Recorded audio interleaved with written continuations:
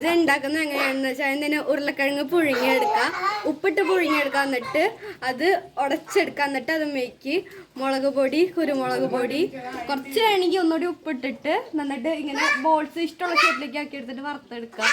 സോസിന്റെ കൂടെ കഴിക്കാനും വെറുതെ കഴിക്കാൻ നല്ല ടേസ്റ്റാണ്.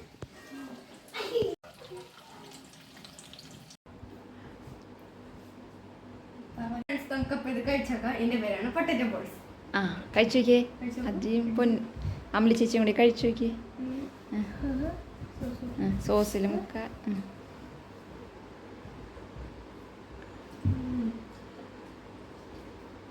ഇതാര ഉണ്ടാക്കി തന്നെ? ഉണ്ടാക്കി തന്നത് ആരാ പൊന്നൂസ്? ചേച്ചി.